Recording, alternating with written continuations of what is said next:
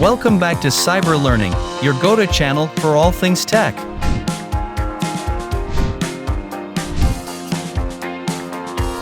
Today we'll show how to use Grammarly Beginner's Guide. Step 1.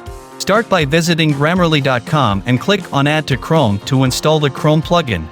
Provide your name and email address to get started. This plugin works with popular browsers, and Grammarly will continuously monitor your writing as you compose messages, create posts, or draft documents. Step 2. Choose between the premium version or the free version. For this tutorial, we'll focus on the free version. Step 3. Once the extension or app is installed, you can easily access Grammarly. Look for the Grammarly icon on the top right side of your browser and click on it. Then, select New Document. Step 4. Now, it's time to input your text. You can either type it directly into Grammarly or copy and paste it from your preferred source. Step 5. If this is your first time using Grammarly, a dialog box will appear to customize a few settings. Adjust your preferences based on your target audience, desired formality, and tone. Once you're done, click Finish.